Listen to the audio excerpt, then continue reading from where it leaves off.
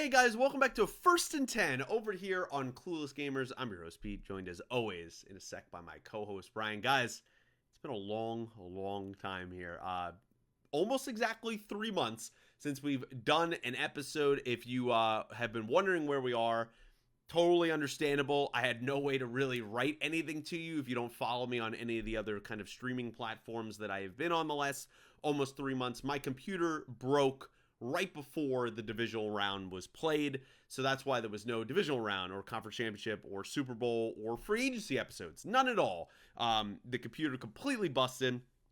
I did not only find out what the problem was, but then had to buy the parts, wait for the parts, and then teach myself how to rebuild the computer. But as you could see, I figured that out. So we're here. I'm sorry for the long delay, and we are back. We were trying also to get together a little bit last week. So for those that I told that are watching this later that this would be out last Saturday, I apologize for that. I'll probably be out more this coming Saturday as we record here on April 8th. We just had some scheduling issues there. But Bri, with all that, I welcome you in. It's been a long time. Of course, we've seen each other personally and talked since then, but not in this format. Been almost exactly 3 months, as I said. How the hell are you? And wow, what a bad time that happened in the middle of the NFL playoffs. How you been, man? Yeah, well, very good, and I'm glad that we were able to get back together for the episode. Yeah, I mean, like you said, that it's probably the worst possible Yeah, timing for you to have computer issues. Why can this have happened, week three after, we introduced the season, and there's, exactly. kind of a little bit of a lull there, but it's unfortunate the way it happened. I think too, some of our viewers may have thought there was like a falling out between you and I, that suddenly the episodes just disappeared. So Yeah, I'm glad we were able to clear that up, that we yeah, are no all fallout. good and good to resume here. Recapping some of the playoff action that we missed in free agency. The NFL never takes a day Never. off, even in the off season. So there's always plenty to discuss, and looking forward to getting to all of it. Yeah, absolutely. That is well said. And I'm so happy for everybody that is watching this right now, whatever time you're watching this. Thanks for just sticking around.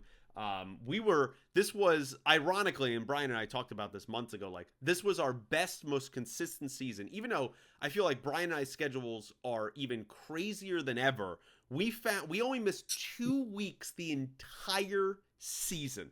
That was it. We had Yeah. every other week pre-shows, everything going on, did the wild card round, did the pre-divisional show, everything was fine, and then it wasn't. So that was really ironic and unfortunate, but we're past that. It doesn't matter, and this is kind of serving as a special episode because normally, if you've been a viewer of this podcast or listener for the last 5 years, this is kind of our hiatus time, right? We finish up the playoffs, we do about a free agency episode about 3 weeks later, and then I stream the first round of the draft on either my channel or my friend Dylan's channel, and that's about it until about mid to end of August when Brian and I kind of get back together, talk about what's happened here in training camp in the preseason, some of the big injuries or the moves that have happened, and we do our huge prediction show. So this is kind of serving as a special episode that is taking place maybe a month after it normally would have been filmed, and we're going to try to put about 4 other episodes that we've missed into this one. So I hope you stay around for that, but it won't be too long because we do have to work tomorrow.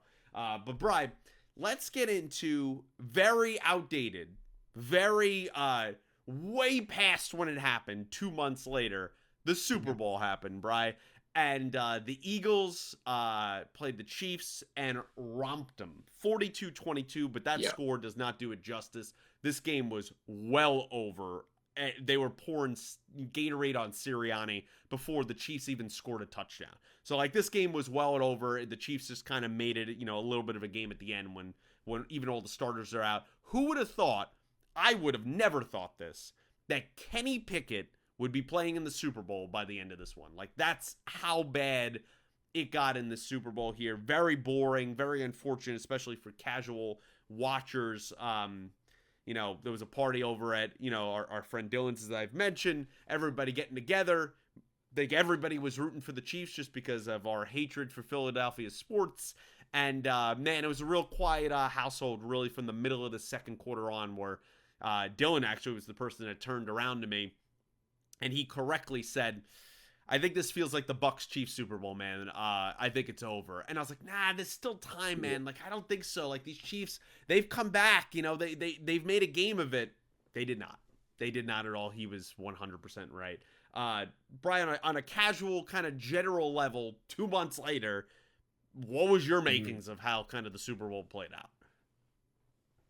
Yeah, I mean it was a tough one to watch if you wanted a good competitive game. I mean this was anything but. This was a totally one-sided dominating performance. I mean the Eagles clearly established themselves as the best team. I mean they were on their A game all playoff long and never better than that Super Bowl. I mean, watching the Chiefs, especially in that first half, because the second half, cosmetically, they made the score Yeah, look a little better.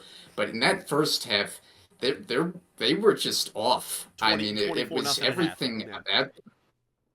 And the Eagles' defense, clearly the pass rush was getting after Mahomes, and the Chiefs' offensive line clearly had a lot of issues. But Mahomes, he looked a little bit rattled He in was this bad. game. I mean, there was the pick six. Cooper DeJean was obviously a huge play, Yeah. but I felt like the one where it was like, okay, this really just isn't the Chiefs' day, is after that pick six, they get the ball back and they're backed up deep in their own territory, and Mahomes throws another pick, and then it's like, okay, this game just feels completely over, Yeah.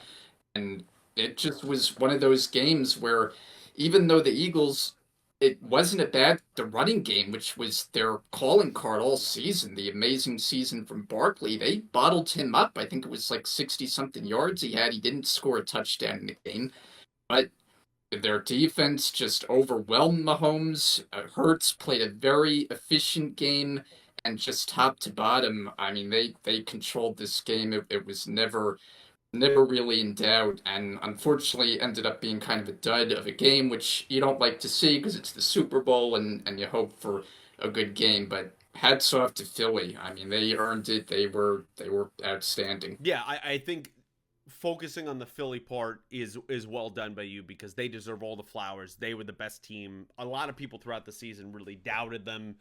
Thought more that they were the Philly team from the previous year that went like 10-1 or something, and then they collapsed and lost like 5 of their last 6, got whacked by the Bucks in their first playoff game. We were saying all Mm. year, this Eagles team just feels different. They feel stronger, they feel more physical, and the questions became, was Jalen Hurts going to be able to do the job? And full discretion and Yeah. full transparency, both of us were wrong. I mean, we picked the Chiefs before this game, Yeah. and we're Yeah. 100% on the record with that. We picked this game wrong, and I thought it would be very similar to the first time where, like, I think it's going to be a great game, maybe 38-35 like the first matchup is, but I think in the end, Mahomes, with the experience, he'll be able to make one more play, and they'll be able to win this game. I mean, look at how this game starts, Brian, right? Starts off slow, couple punts from both teams. Touchdown by the Eagles, cool. Then the Chiefs, this is where it's like, all right, they immediately punt again, 3 and out. Okay, no worries. Get the interception of Jalen Hurts. I'm like, all right, now we're locked in. Second quarter, the Chiefs, they're only down 7-0. Here we go. Punt immediately. Okay, that's not great. Hmm. Field goal, touchdown for the Eagles after the Cooper DeJean pick 6. All right, well, now it's 17-0 on, what are we doing here? Punt again, 3 and out. The Eagles punt, and as you said, it goes right back. Zach Bond picks it off at the 14-yard line. When that pick happened, game was over. I knew the game was over as Yep. soon as he threw that play, which I thought was a horrible. I don't know what he was looking at, what was happening. It was a terrible pass. And let's just call it as it is, Bry. As great as the Eagles were, as great as that pass rush was, as bad as the Chiefs' offensive line was, Mahomes was bad. He was downright Oh yeah. terrible.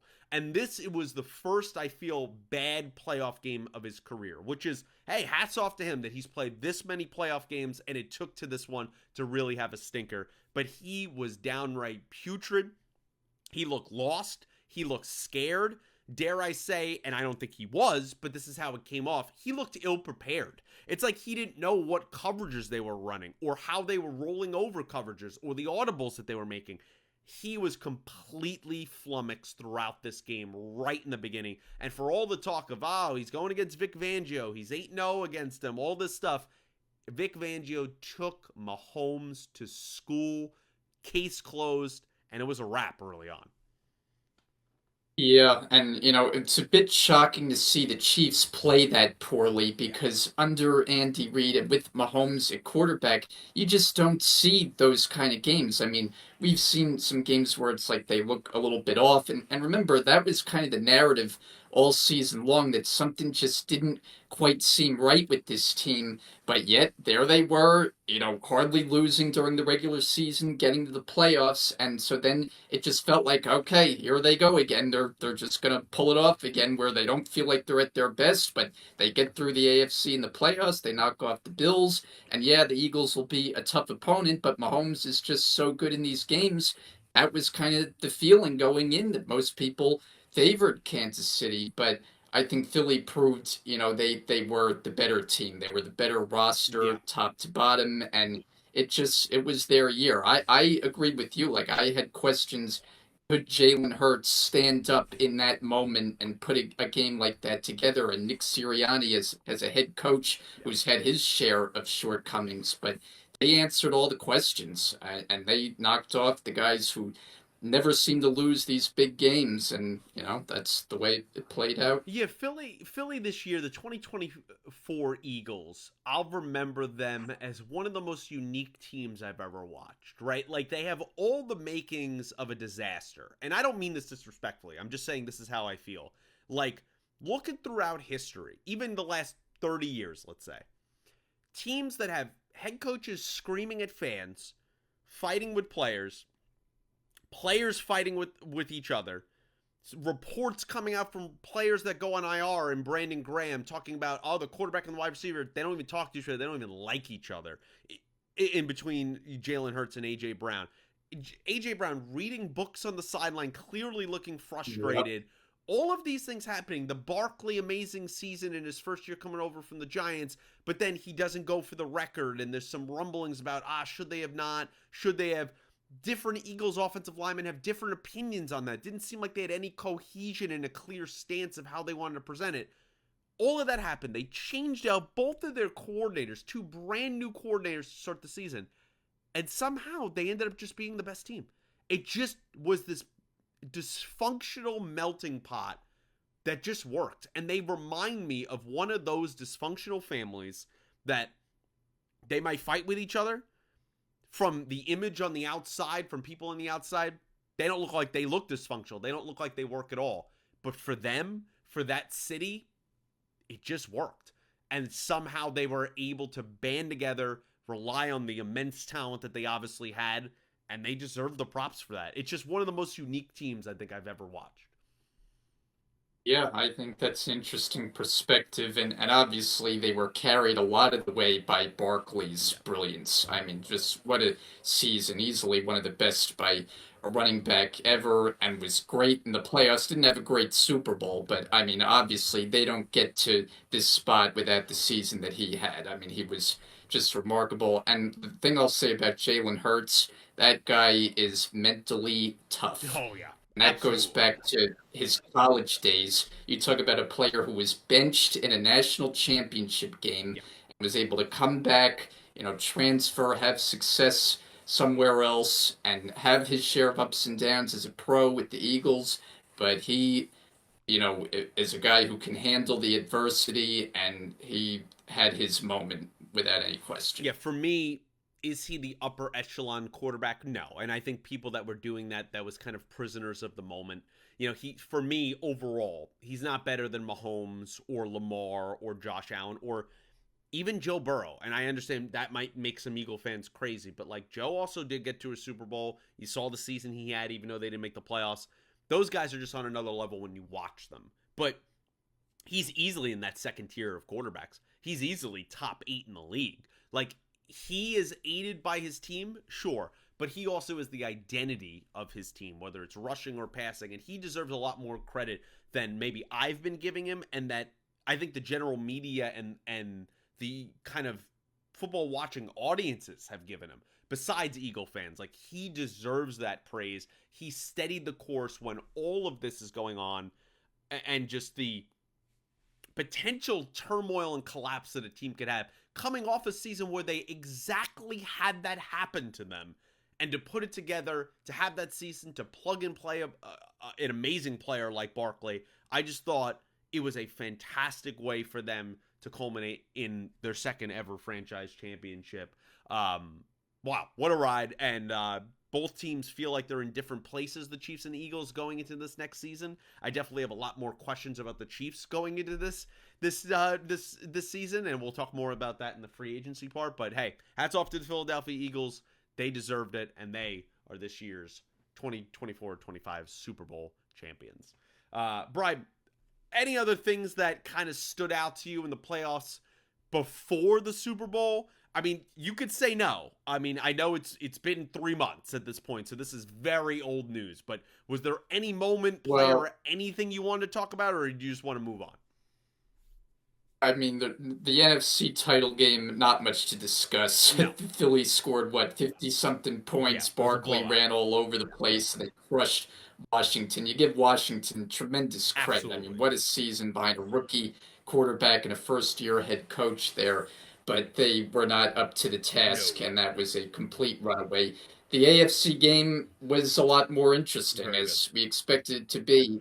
But once again, the Bills come up short, and it 0 and just it 5. just makes you wonder, is Josh Allen and that group ever going to be able to stand tall against the mighty Chiefs? It felt like this was their best crack at it, with the Chiefs' vulnerabilities, with Allen clicking on all cylinders, winning the MVP and the season that he had and his team had, and yet they still couldn't get it done. If I'm a Bills fan, that was just a real stinger, that AFC title game. Yeah, it was a weird game because, like, I don't feel like that Bills team was even as good as previous Bills teams have been.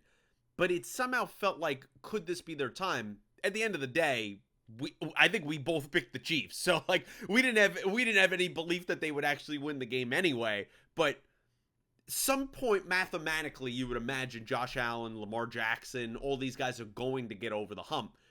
But, like, are they? Like, you just don't know. As long as Andy Reid and Patrick Mahomes are there and he's healthy, I don't know if they're going to. I mean, we've never seen a quarterback lose 5 playoff games to the same opposing quarterback on the other sideline. Like, that's never happened before. And it now, Josh Allen is 0-5 against Patrick Mahomes. Lamar obviously has had his struggles in the playoffs against Mahomes or even Allen at this point. I think he's lost 2 games now to Allen. He's 1-2. So it's the AFC is always, I think, more fun and more fascinating than the NFC. It certainly was for these playoffs, but yeah, the Chiefs deserve all the credit in the world, even doing what no team had ever done to even get to the Super Bowl match to try to go for the three-peat. That had never even been done before. So they deserve all the credit in the world for that. But they got the Bills number right now, and the Bills, they're going to really have to go back to the drawing board once again to get over the Chiefs hump. Well, and the thing about that game is it was right there for the taking. Yeah. They had the ball, they had a chance to have the drive Yeah. that would give them the lead, and they didn't come through. And earlier, I can't remember exactly at what juncture, but they had that critical drop. Was it Dalton Kincaid on the pass over Yeah. the middle? Yeah. If I'm remembering correctly, but it was a play that was right there, and it was just a drop ball. That if that play is made, who knows? Maybe the Bills are able to win. But once again, it was kind of a situation where the Chiefs, as they always do, execute in the moments. They had the play that sealed it late on the little short pass to the running back, got the first down, and that was it. Yeah. And that's just what winning teams do. Yeah, and it just feels like teams. I talk about this often, and I think it is overlooked by, like, just general commentators and stuff. And not like I'm saying anything crazy. I just feel like people don't focus on this enough. The element that the Chiefs cause to take teams who do one thing all season long and then they change it because the mental aspect is it's like your big brother that you're trying to beat for the first time, whether it's a video game or a wrestling match or a sporting event. You are trying to overcome something, so you're going outside your comfort zone and doing things and thinking things and reacting in ways you never would if it was any other opponent. And the Chiefs have that mental edge over the Ravens, over the Bills, and you see it in these games. Clearly, the Chiefs saw something on tape, which was very obvious, that, oh, when the Bills run a QB sneak, they run it high and to the left. And then they end up doing it 5 times and it gets stopped like 4 of the 5 times. Well, yeah, man, you're not switching anything up. Why are you surprised what's happening? And yeah, I know there was some, ref controversy. Oh, he got the ball over. I don't want to hear any of that crap. Play better, be better, and they weren't. They ran very predictable, safe plays, and at the end of the day, Josh Allen down, 3, I think it was, the ball in his hand at the end of the game, couldn't win. He couldn't do it. He got like 16 yards. That is not winning football to go to a Super Bowl, and you have to do better than that to earn it. And they didn't.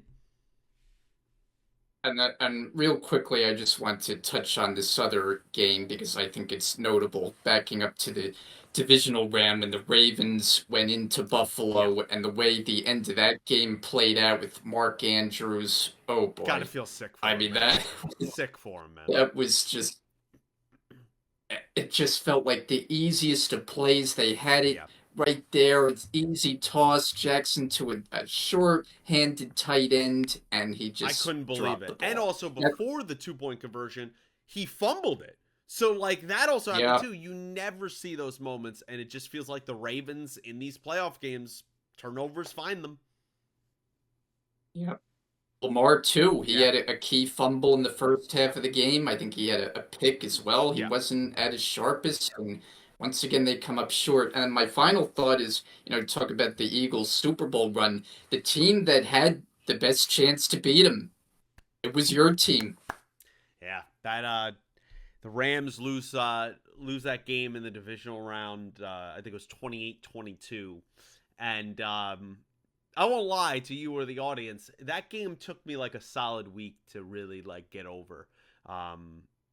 I was at my girlfriend's place, and she was kind enough to deal with me throughout the game, and it ended up snowing that day, and she actually lives closer to Philly, so she was like 30 minutes from the game, and I went out in the snow and I stood there for like a good 30-40 minutes, and she was kind enough to stand with me, and I just kind of just stared off into the distance of what could have been. To have that game go the way it did, 2 key fumbles on back-to-back possessions with Kyron, and then Matt Stafford, when it looked like after we just got the 2-point conversion, the safety on Hurts, he was clearly injured and hobbling. The Rams defensive line, young defensive line, was incredible. 7 sacks in the game. And to have that moment where, all right, Barkley goes for the run, 28-15, I'm like, this game's over. Like, everybody knew the game was over. And they go down the field, do what they hadn't done since the first drive of the game. Bang, touchdown to, I think, Colby Parkinson. And I was like, all right, cool. At least it makes it look better on the scoreboard. And then the Eagles make a terrible decision, play calling wise, and try to run like a play action bootleg with Hurts, who is clearly hobbled in the snow that game was going on. Colby Turner comes up with the sack, and the Rams get the ball back. Brian, I'll be honest with you. When that ball went out to Puka Nacua, when he caught that ball on the sideline, I turned to my girlfriend and I said, "Oh, we're winning this effing game. Like, we're winning this game." Oh, like, it felt like so that moment, an incredible catch. I was like, "Oh, we have all the momentum. Yep. We're gonna beat Philly right now. Like, this is what's gonna happen." And it comes down to about 3 plays of miscommunication on the offensive line, one with a rookie center in Bo Limmer and Kevin Dotson, the right guard. A couple plays they didn't block the best player in the field, did Jalen Carter. Can't have that happen. And one of them was a false start. And in the end, it ends up with an incompletion on 4th down where Stafford really didn't have a chance after he took a big sack. And, my dreams were cut. That was That was one of the hardest losses. I thought last year against the Lions, when we lost by 1 point, was tough. This one was even tougher. Knowing especially I think, no offense to the Commanders, but I think us hosting the NFC Championship game, we would have beaten the Commanders. And I think we could have given the Yes. Chiefs a run for their money. Like, I do. Like, I think we could have given the Chiefs a run Yeah. for their money, Sure. especially seeing what the Eagles' defensive line did against that Chiefs' offensive line. Yep. We had 16 sacks in 2 games. So, knowing that, yeah, it's even tougher. It really was. Yeah, no, I hear that, and I had the same thought as you when I'm watching that, and they complete that ball down the sideline, the deep pass to Puka. I'm like, oh wow, the Rams are gonna win this game. It Yeah, really, I had the that was exact hard. same feeling, but it was just the lack of execution there on those last few plays. Still, though, quite an effort against a heck of a team, and to play them that Yeah. competitively. I mean, I I just know it was tough, but I just don't know. I yeah. still wonder now that I have the PTSD of it. How do you not communicate and double Jalen Carter? That's the one guy that needs to be blocked on a play like that. And going back to uh, the play that he's not blocked that ends up to the sack. Tyler Higbee's running wide open down the middle of the field. His defender slipped in the snow, wide open. Stafford, that pass is Mm. if they block Jalen Carter for maybe half a second, he hits Higbee to walk in touchdown, and they probably win that game. Like it's just, yeah. I'll always have nightmares about that game. That was hard to watch. So we'll see. But yeah, and hey, as we said too, hats off to the Commanders. What a run they had. Maybe the best run a rookie QB has ever had. Maybe the best. I would say the best rookie QB season I've personally ever seen, and I think maybe the best in NFL history. I don't think that's crazy to say that. To be a game from the Super Bowl, to play like they did, to upset the number 1 seed in the Lions. Hell of a playoffs, man. And I'm so sad that we weren't able to cover it in live time. But hopefully for you guys out there watching, this is somewhat sufficient, even though it's all this time later. Any final thoughts, Brian? You know, I Yeah, because I remember now that we're going through some of the games, and when we previewed the divisional games, I was on record saying I would have been floored if Washington went into Detroit Yeah. and won. Were you So floored? that was I was pretty floored. Yeah. I mean, the way that game played out, where It's they, crazy. got themselves a big lead and were getting pick sixes of Goff, and I mean that was pretty shocking the way the Lions faltered after just being utterly dominant Yeah. on offense all through the season. It just felt like everyone in Detroit felt like it was their year Yeah. to win the whole thing, and to come up short in the divisional round, that was a bitter pill to swallow for that entire franchise. Yeah, to be fair, I know the game would have been in Detroit, but like even if Detroit won that game, I think the Eagles were going in there and beating them. Like I just do. Like that Detroit Yeah. defense was in pieces. Like they there was no way they were going to stop Barkley in that offense. Um I don't mean to come off as like kind of a bitter X, but hate to say I told you so as a Rams fan. Goff's a solid player. Detroit's a really good team, but we've seen those choke jobs from Jared Goff before. That's why he's not with the Rams anymore. Even though I don't agree how it played out in the end, and McVay has talked about that. That's why they moved on and got Matt Stafford. Those moments right there. One won a Super Bowl, and one did that in the divisional round as the number 1 seed at home. So against a team that had no business winning that game. No offense to the Commanders, but they did not. So yeah, that's kind of the situation as it played out. But all in all, great playoffs. So sad once again that we weren't able to cover it in live time, and happy we're able to get back together here for this kind of end of the season wrap up and kind of special episode.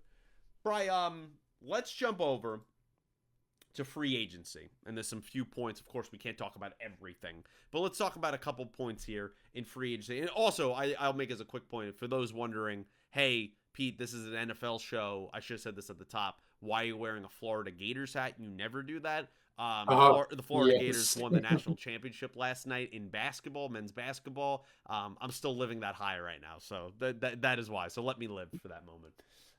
Boy, wild finish to that game too. Incredible game. I wish I had a college Gators podcast. I wish you watched more college basketball because I would do one of those.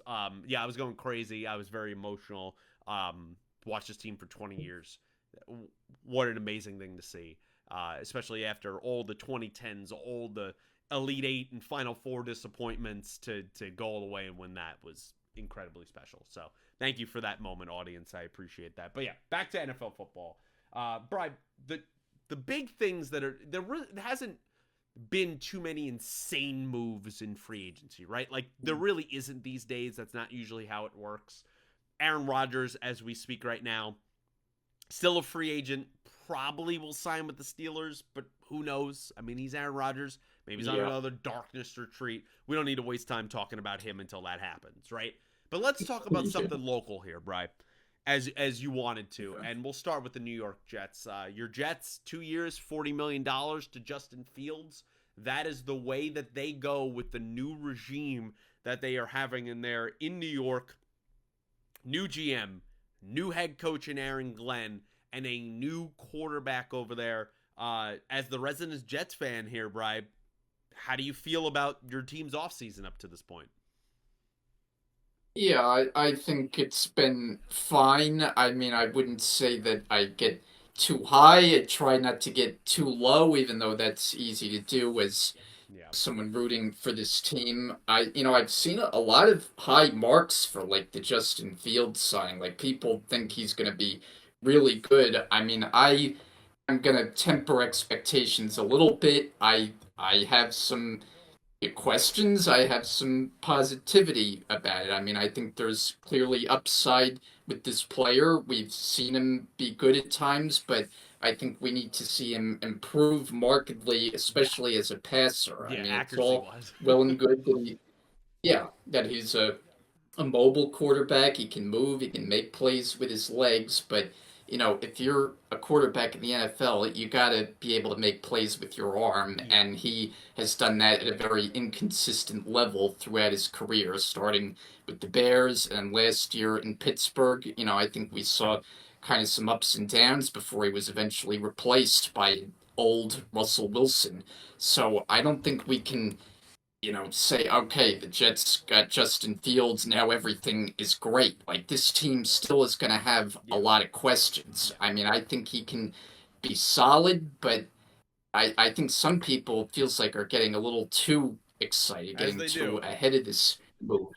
Yeah, I mean, like I'm kind of tempering expectations, sort of going under the feeling that it's fine. We'll see how he does. We'll see how the new regime does. But as far as moving on from Aaron Rodgers, I think that was very much the right move. Yes. I think for a variety of reasons, clearly it just did not work, and there was too much extracurriculars off the field, drama. It wasn't going to be good having him The come back for Achilles. another year at his advanced age. Yeah. Yeah. So I think they made the right call there. And, we'll see. I'm not expecting this Jet team to go out there and win 10 or 11 games, but let's see some improvement. Start with a step forward would be nice. Yeah, I think we were knocked a little bit, just because we know some Jet fans, and people wanted us to ride high with them. We both picked them to miss the playoffs at the beginning of the year. We just never believed in this team. I always stress, because I love bringing it up, I don't want to forget that people on national TV, which is no way obviously this, we're small fries. We're talking about dark horse MVP Aaron Rodgers. Just want to keep saying that. Before the season, people were predicting them to win the division, have a chance at the Super Bowl. Just want to say that. That's how high people got, which I thought was absolutely laughable and kind of pathetically journalistic integrity. Like, what are we doing? Like, are you just doing this for views, or do you honestly believe this? Because if you honestly believe this, you shouldn't be on TV. Like, that was a terrible, terrible call. So I was like hitting that point home. But I'm very proud of them that they moved on from Aaron Rodgers, that they kind of flushed everything out. Let's start over. I think it's fair to say that they were one of, if not the worst coaching staff in the year, in the league by the end of the year. They were atrocious, and I Yeah. think a lot of people, even now, as Rodgers sits as a free agent here on April 8th, people get fooled by his numbers, and they go, well, his stats, he threw like 28 touchdowns. If you watch these Yeah. games with Aaron Rodgers, game after game, he was pretty bad most of the season. And I think a lot of people tend to do this, right? We want to naturally be optimistic, and people want to just look at the numbers. Maybe it's a lazy take, maybe it's just an optimistic take, and then want to go, well, CA as a 41-year-old quarterback, he was pretty good. A lot of that was in garbage time. And a lot of that was, 4 touchdowns at the end of the season against Miami when both teams were out of the playoffs. Like, that's what that was. It really wasn't. You watch a couple games before the end of the season against the Bills, he was putrid. You watch against the Rams, terrible. Like, he was bad in many, many games this season. And I think people are trying to rewrite that book because he's such an all-time legendary player. He's just not that anymore, and he hasn't honestly been that for 3 years now, basically, give or take. So I'm proud of them. I feel maybe I am wrong on this. I'm not predicting them to win a ton of games next season. We'll see what they do in the draft and for the rest of the offseason here. But I have a little bit of hope for the Jets that this could finally be pointing them in the right direction. That this might be, hey, we're starting with a good foundation here, and maybe there is a reason to believe in what Aaron Glenn could be building over there in New York. Well, that would be nice. I mean, he clearly was impressive talking about Aaron Glenn in his opening press conference, which, those press conferences, you do with what you will. Sometimes guys blow you away and they turn out to be total busts. I mean, I thought Joe Judge, when he was introduced as the Giants coach, I was like, my gosh, this guy is going to be the coach for the next 15 years. They're going to win Super Bowls. And he was awful. So you really never know. And then look at Sirianni, right? Horrible press conference. He's a Super Bowl champion. Dan Campbell had his bizarre comments with the kneecaps, and people didn't know what to expect there. So you really never know. But he, so far he's saying all the right things. He clearly looks like he has the right mentality. You like the fact that he played for the franchise and was a successful player here, and clearly, cares about the brand going in. So I think that helps. The GM, I'm a little more like, I don't know. Like, we'll see. The guy doesn't have a lot of experience. Yeah, this is his first go-round as running the show. And I don't know, I get kind of weird vibes from him just, like, listening to him talk. So, we'll see. But, maybe there is a dash of hope. That's what it is. You have to leave it as a dash. And if, it gets more than that, you take it and run with it. Yeah. On the other side, Bri, the team that shares that stadium, the New York Giants, been a weird offseason, right? Like, as we talk right now, they signed Jameis Winston. They brought back Tommy DeVito. They brought in Russell Wilson. That seems to be their QB room. There's some rumblings that could they still draft a quarterback with the 3rd overall pick? I think that would be crazy at this point, given that if you make all these moves, it seems like you don't like any of these potential young quarterbacks. I think that's pretty clear. They were also heavy in the Matt Stafford things, which I'll just say as an aside. I won't go on a tangent because it's old news. But God, you know how mind-numbing it was living in the New York, New Jersey area day after day, hearing these Matt Stafford definitely going to the Giants rumors, when I'm like, you guys, I'm sorry, you guys are dumb. Like, he's I'm not even saying this as a Rams fan.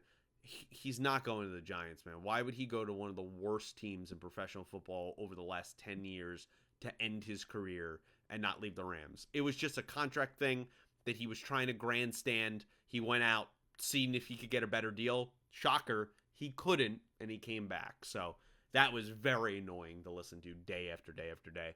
But it's been a weird offseason for them. It just feels like, we talked about it, I think, before, the computer went down. Keeping Shane and Daboll was a terrible decision. In my mind, these guys are getting fired about halfway through the season, and it's just going to be like a lame duck interim coach there for the rest of the year, and you're going to start over next year anyway. I just think it was a terrible idea bringing them back. I think, Mara has not been, the owner has not been shy of the comments about, oh, they got to win now. They're not gonna, man. They're terrible. Like, they're gonna be pretty terrible again. Like, that's probably what's going to happen, barring some crazy draft that they have.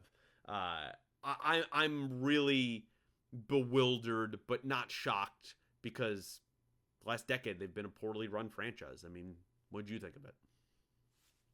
Yeah, well, you brought up the Stafford rumors, and I thought maybe equally as bizarre was having to listen to the Aaron Rodgers God. possibility of signing with the Giants. Like, how did that make any sense? So, wait, so he was a bust with the Jets. Now we're gonna have to go watch him with the Giants, where he again would just be bad, playing with a bad team. I just, Yeah. I didn't understand that at all. And so, as far as like the quarterback moves that they did make, Winston, okay, I mean, he is what he is. He can play in the league, he can drive you Yeah. crazy, he also He's a can throw a gunslinger. lot of touchdowns. Yeah. Right. But, if you signed him and you said, okay, he's going to be your quarterback, fine. Like, I can live with that. Yeah. The Russell Wilson signing It's to like a me was yeah. bewildering. Yeah. Yeah. It's weird. I mean, I just feel like at this point, Wilson has clearly proven he's over the hill. I mean, it didn't work out in Denver, obviously, and then he goes to Pittsburgh, where it looked a little better, but by the end, it Yeah. really was He not very tailed off. good. I mean, and Yeah. yeah, he tailed off. And so, what is he going to do with the Giants, where he's basically on his last legs? Yeah. I mean, I almost think they're better off playing Winston than they are I know, right? It'd Wilson. definitely be more fun. Yeah. So, and I don't, those like talk that, like you said, maybe they're not in love with any of these potential quarterbacks and they're just going to play out this season and then go for a quarterback next year with potentially the number one pick. I mean, who knows? But Yeah. they're at a point right now as a franchise where it feels like no matter what they do, it's just not going to work because No. that's how it's been now for so many years. And they're just a franchise that's stuck in their own way and can't seem to find their way out of it. And I don't think bringing in two older quarterbacks with this No. poor roster in front of them is going to amount to very many wins this upcoming season. Yeah, you could wrap up the Shane and Dayball era as two pivotal moments. The first one being choosing to sign Daniel Jones to a 4-year, $160 million contract and franchise tagging Saquon Barkley when you should have done the reverse at minimum. And the second one was, which we saw play out on Hard Knocks, which is why no team wanted to do it this season because that's how bad it looked. That's why it's going to college football now. When Shane poorly handled the Barkley situation, which I don't even necessarily disagree with him. I'm not rewriting history. I think paying a running back top market value with the team that they had, it was the right decision to let him go. I think seeing it Yeah, I play agree. out and seeing it where Shane did not have good intel talking to his boss, the owner, that shit, like the Eagles might be one of the main players here. They never really had the Eagles on their radar. That's the problem. That is the issue there. And I think those two moments sum up kind of what their regime has been. And I can't believe it's still going, but at the same time, I can't be shocked. I think this defensive line for the Giants is solid, but it's a little overhyped. I mean, Kayvon Thibodeau has not been really anything too great in the NFL. And then the offensive line's been a decent disappointment. Andrew Thomas is great, but he's always hurt.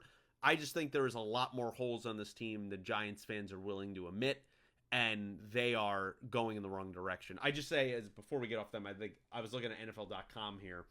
Just a funny typo here. They're talking about all the signings for the Giants, and Jeremiah Ledbetter's in here. He's a defensive lineman. And they never corrected and put a decimal point in here. It says signed a 1-year, $1,775 million deal. Wow, he really got paid for 1 year. They obviously Boy, meant to put a decimal wow. in there and completely messed that up, so they did not check that out. But I thought that was funny. But yeah, it's going to be a rough year, I think, for both New York teams going into 2025. Well, and even too, like as good of a player and as talented as Malik Neighbors is, it feels like he's in the same position as when they had Odell It's Beckham, going to be the right? exact Where same they, thing. they drafted It's going to him. be the same thing. He's a Yep. great talent. He puts up big numbers, but eventually he becomes a head case because he gets frustrated with all the losing and he doesn't have any help on the rest of the offense. And it just feels like Neighbors is ticketed for the same kind of Yeah. future. Yeah. It absolutely does. And to me, the pick for them is to pick Travis Hunter. Put some talent in there. brings some infusion, a guy that could play on both sides of the ball, brings in the hype. I think he's an excellent player. That's where I would go. We'll see if the Giants can make a decision like that. Brian, any other moves in free agency out of all of these teams that really stirred up for you? Before you answer that, I'll just give the audience a quick rundown that we have missed or that we're reminding you of. The new head coaches were the Saints getting Kellen Moore. I'm like, whatever. Brian Schottenheimer with Dallas, I think, is going to be a flop. Liam Cohen, not super excited for that in Jacksonville, and that was a whole drama situation, him leaving Tampa Bay, and he kind of lied to them and all of that stuff. Pete Carroll was a pretty interesting one coming to Las Vegas. Aaron Glenn, as we talked about with the Jets.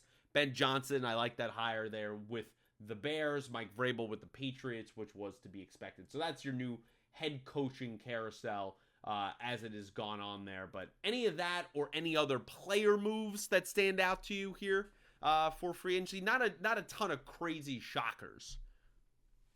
No, no, and free agency I felt like was a bit more watered down. I mean, there Yeah. were not a lot of big names. It just feels like the NFL's in kind of an era where the best players are getting locked up, don't get a chance to hit free agency. So as that cycle was going on, like some of the signings, I'm like, I don't even know this player that well, and he's getting, a 3-year deal. Yeah. But that's kind of the way it works. Coaching wise, I like Pete Carroll with the Raiders. I think that gives them some stability that they badly need. Obviously, they went in a different direction with the quarterback, What'd you think of that? acquiring Geno Smith. I thought, like, It's okay. It's you solid. know, like, It's something. yeah, yeah. I'm a little more intrigued by the Seattle situation with Yeah. Sam Darnold there Yeah. now, with kind of a diminished group, trading DK Metcalf. So they really kind of retooled. It brought in your guy, of course, Cooper Kupp, Yep. who some think is I don't know if I'd say on his last legs, but I feel like he's got some good football I wish left in him the him, and absolute obviously will best. be an all-time I love great that guy. Ram. I Yeah. mean, he's a guy I who's love him. a Ring of Honor player. He Yeah, should I mean, just a 100% be. tremendous player. I had him catching that touchdown in the Super Bowl as my background for a long time. Yeah, I'll miss him dearly. It's funny too. He goes to Seattle and Demarcus Robinson leaves us and goes to San Francisco. So that's just how it goes sometimes. Yeah. And that 20 was it the 21 season that Cup had the triple crown, Yep. that Yeah. record-breaking Yeah. year? I mean, that Incredible. was just amazing to watch. And as far as like a free agent move that I like, I'll go right to your team. I think you have to be high on it. The fact that Devontae Adams, well, I think he could really have big time potential in that offense. With Cup having moved on, you got another big time weapon to take away the coverage with Nakua. I think the two of them can be dynamite in that offense. And Stafford, if he has one more big year in him, I think they've got a chance to take a swing here. I'm curious to see what you think. Yeah, I like the signing. I do think the show Receiver on Netflix and stuff like that gave us kind of an insight into Devontae Adams. I think he's a little bit diva, as a lot of these receivers are. So I'm not necessarily putting that as a knock, but Yeah. it is something. It is part of him. He is what 32, 33, like he is getting older. But I think 2-year deal, it's a solid thing. Him, Puka, they bring back Tutu on a shocking 1-year, $10 million deal. And I think they'll probably draft someone else in there. My main concern really with the Rams is getting a little more dynamic at running back and having more perennial high end players at offensive line. I think that has just been the Achilles heel of this team. They bring back Alaric Jackson at left tackle, great. But, Havenstein's getting older at right tackle. You're going to have to look for some kind of replacement there. The interior, I'm glad that they moved on from Jonah Jackson. It just wasn't a fit, but between Dotson and Limmer and Avila, you got to find out some kind of combination of how that is going to work for the team. I'm solid with it. I think it's interesting. You bring back, a Coleman Shelton, one-time Ram. He comes back there to throw him in the mix. It's solid, but I want to see them do more, particularly on the offensive line, and maybe adding another dynamic weapon through the draft. Yeah, yeah, that's fair. There's a couple other things I want to hit on. The Patriots, I feel like, had a pretty good free agent period. And I like the addition of Stephon Diggs. He had just the 1 year in Houston. Unfortunately, it was injury riddled, but he's a guy I think who can still make an impact. We know how good he was with Josh Allen in Buffalo. I think having him as a target for the young quarterback Drake May, taking the next step forward. Like the Patriots, they're far from great, but Yeah. I know people are excited with Vrabel as the head coach. They made some moves to beef up the defense. They got the one big player on defense from Philly. The name is eluding me at Oh, the Milton moment, but I Williams. remember. Yeah. Yeah. So I think they're in a position where they could be an improved team, and I like Diggs there. I'll get your thoughts on that. But the other intriguing thing was Daniel Jones getting as much money as he did Yeah. from the Colts. Yeah. Keep an eye on that because they're talking very, very, if you've been following combine interviews and everything, they're talking very, very positive about him. If you're Anthony Richardson, perk your ears up because I think they might pull you if you look bad even in training camp and they might be starting Daniel Jones. They might pull the plug on you real quick. So that is very intriguing. The money and the way they're talking to him, I keep an eye out on Daniel Jones starting over there in Indianapolis. It's a place where I feel like he has potential to have success because they can lean on a strong running game with Taylor. They got some decent weapons for him to Yeah. throw to. I don't think it would be a total disaster. Like I think there No, is some I think there's a potential there. potential. I just think his ceiling is what we've seen Dayball get out of him. And I just don't think he's Yeah. really a great NFL starting quarterback. Like, I just don't think he is. But yeah, I could see them giving him some runway there, and maybe Shane Steichen could get the best out of him. I mean, maybe. But the Colts need a good season. Otherwise, you can start hearing alarm bells there in terms of some hot seats going on. As for the Patriots, I'm kind of on the opposite side of you. I don't really think they had a great free agency period.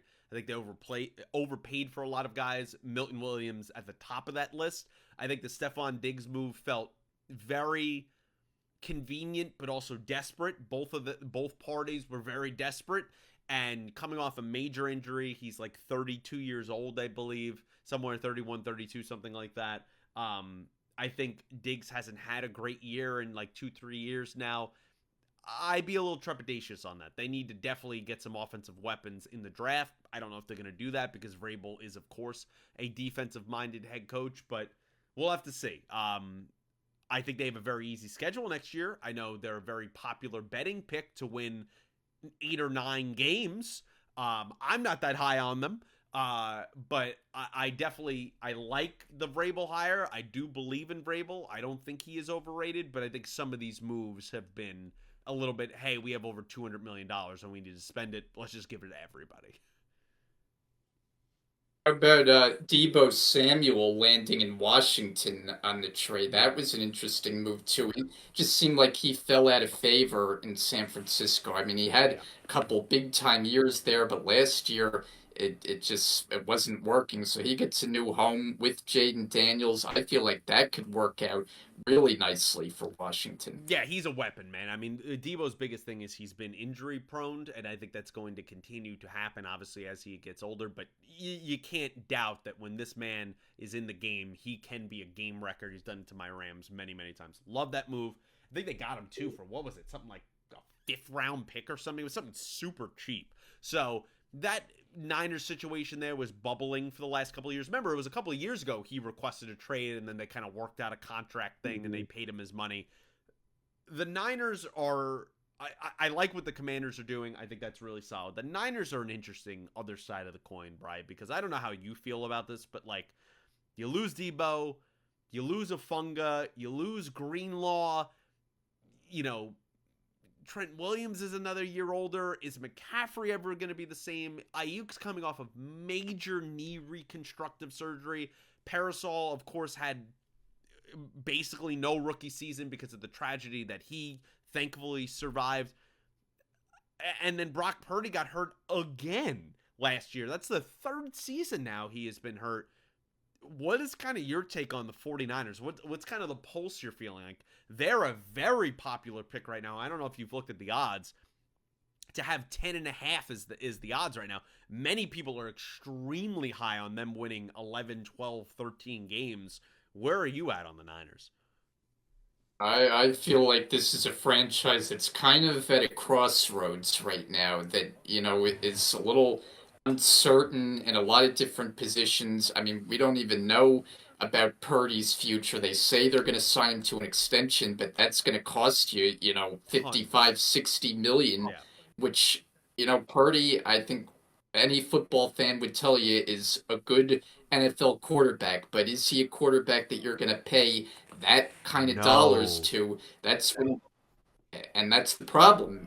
Players like Dak Prescott making that kind of money, they're good players, but are they really that much of a difference? And when you pay that, you end up sacrificing other Yep. positions and you weaken your team around the quarterback. So I don't know that that's the answer for them. And you look at the fact that McCaffrey is starting to get a little advanced in age, Hmm. coming off an injury-riddled season. As you mentioned with the wide receiver changes, Ayuk did not have a productive year last year and was hurt.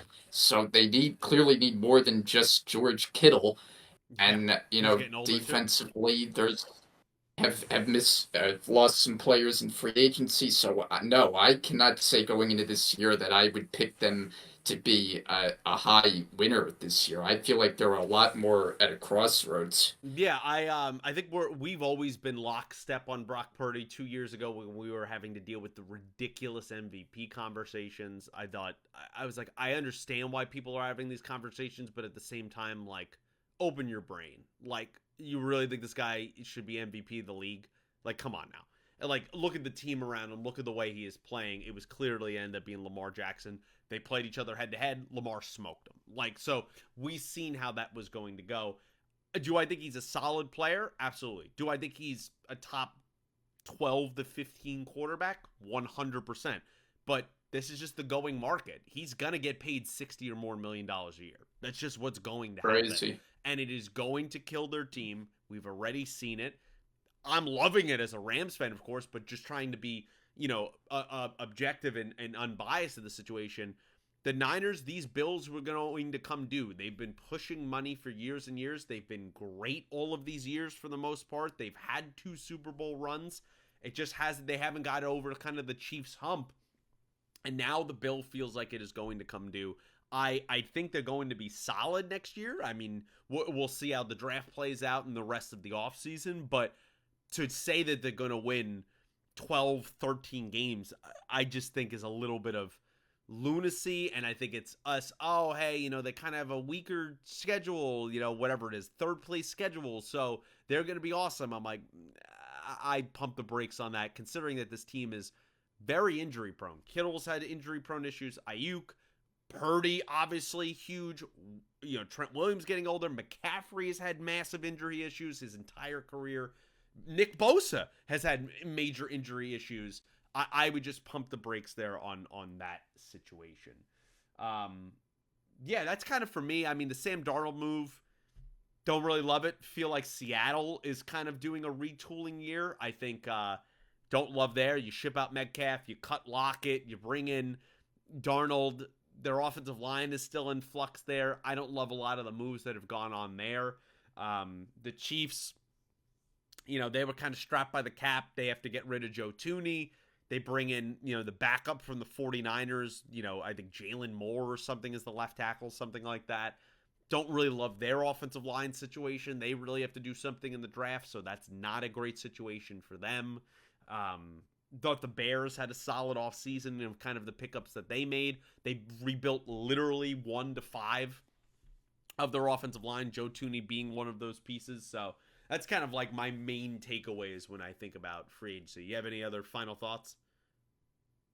Yeah, I mean the offensive line was clearly what the Bears went to school on as what they needed to Yeah. improve. You talk about a revamping of an entire unit and how much it was needed, how much we saw Caleb Williams as he did flash at times, but he He also got had his brutalized. struggles Yeah. and they had trouble keeping them upright. So now you got a revamped offensive line. Of course, you got a new coach, the shiny toy there with Ben Johnson Yep. taking over, and everybody's high on him. I'm sure everybody's going to be high on the Bears again, and I'm going to Again, say they're going to finish in third or fourth place like I did last you year, were right. and I ended I up was wrong. being.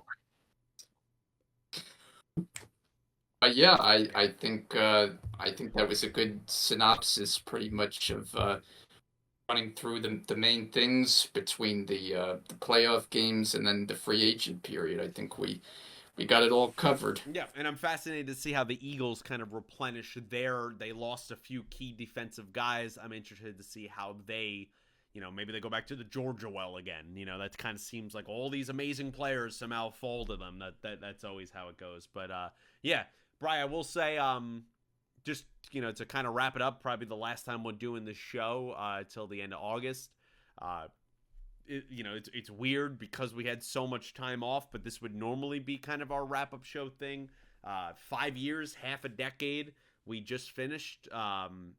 So glad and happy to do this with you. I hope we can keep doing this for many, many more years. I'll say that every season that we finish, because every season I think is kind of a blessing that it is. And yeah, thank the audience for just staying with us here for the almost 3 months that we were down, but staying with us the whole time through all of kind of the iterations that we've had of this show. I hope to have even a better iteration for you guys next season. And yeah, thanks for just being loyal supporters and being here. And I hope to keep growing the show with you, Bri. And any other final comments for the audience here? Yeah, well, I feel like I bring this up this time of the year when we sort of wrap up the season. And Yeah. it's incredible that we've done it now for 5 years, starting with the pandemic year, and then, like you said earlier, this year being our most consistent. Of course, the playoff situation notwithstanding, regular season wise, the fact that we pretty much did it on a weekly basis. We missed only two. That's really good, and Yeah. I thought clearly was our best year. I'm glad we were able to get back here after the long hiatus and have a lot to discuss. But what I was going to say before is it always takes me back to when we were in high school talking about how we hoped in the years to come we Yeah. could do a show like Loudmouths was the show I that we know. used to watch on SNY, which is now long gone. But I remember you and I saying like how great it would be if you and I could do something like that, and the fact that we're not that we're on TV, but that we have a platform to do this and talk football, which we're both passionate about, and have a nice following of people who check us out. It really has worked out wonderfully, and I'm really so glad that it's lasted as long as it has, and I look forward to what the future has in store, because I think we can continue to do some Yeah. really great things with it, Yeah. and I really, yeah. I think that is well said, Brian. I appreciate you always taking your time out, being here, putting up with me even through my ups and downs of Ram games and Jets and Giants rants or whatever else is going on. It's been a hell of a ride. I can't wait to keep continuing it and improving the show and improving the experience for everyone watching and to continue growing this. Yeah, I mean, August is 4 months away. I mean, we'll be back before you know it. We were just gone for 3 months because of everything that happened. Add another month onto that, and we'll be back in full swing for the NFL season. It is that close. But let's enjoy other sports. I enjoy some college basketball that just ended. The Mets are off to a good start here, and enjoy your summer, everybody. Hope you take great vacations and travel the world and just be safe and healthy. And as always, you can find timestamps down below. Our Twitters are down below. You can follow me here on the channel for other content that's going to be going on hopefully this summer. And I'm always on Dylan's Twitch over on Super Deprot, where I will be live streaming April 24th, probably around 7:30, 8 o'clock Eastern, the first round of the NFL draft. I've done it the last like 3 or 4 years now. I'm going to do it again. So if you want to hear football content from me, head over there, Super Deprot, twitch.tv/Super Deprot. I'm sure you know it. That is where I will be there April 24th, that Thursday for the first round. I love you all. Thank you so much for watching. 5 years of First and 10. And Bry, until next time, thank you for watching.